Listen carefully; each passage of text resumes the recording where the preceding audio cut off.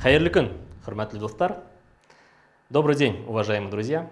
Меня зовут Артур Гайсаров, и сегодня мы будем учиться играть на кубызе. Вначале немного про инструмент кубыз.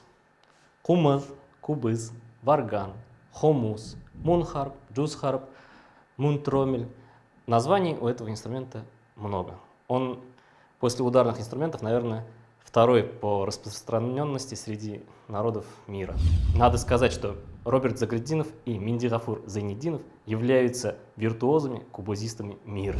Разновидностей кубыза очень много. Есть деревянные, железные, костяные, медные. Но принцип у всех одинаковый. Это корпус и язычок. Самый распространенный – это железный кубыз, темир кубыз. На нем мы и будем учиться играть с вами. Прежде чем приступить к занятиям, нужно выбрать инструмент. Это очень важно. Я бы рекомендовал заказывать у мастеров.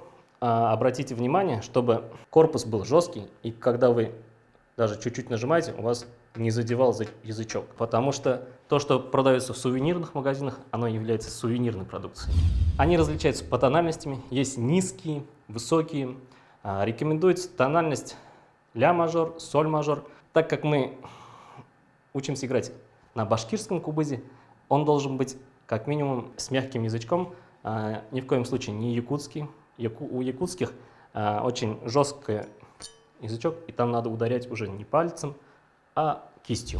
После того, как выбрали инструмент, через минуту вы уже можете научиться на нем играть. Это очень легко.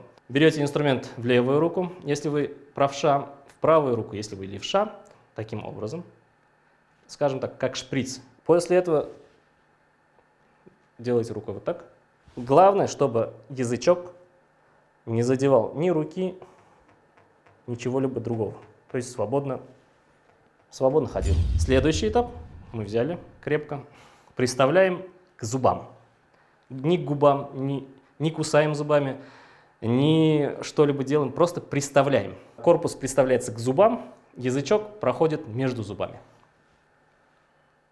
И губами поддерживаем весь инструмент. После этого аккуратным движением пальца на себя, обратите внимание, на себя, делаем движение пальцем на себя по кончику язычка. Вот таким образом.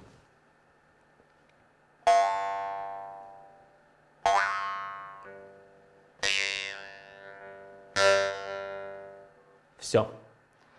Это основа извлечения звука. Еще раз повторяю.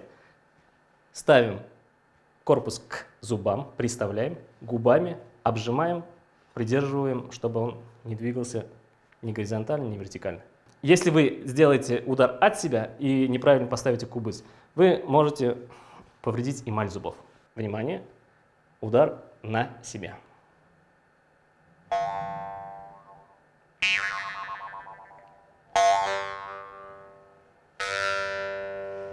Если у вас присутствует металлический звук, например, такой, значит, у вас где-то язычок задевает или ваши зубы, или же вы слишком сильно прижали его руками. Таким образом. На этом наше вводное занятие завершено. Увидимся на следующих занятиях.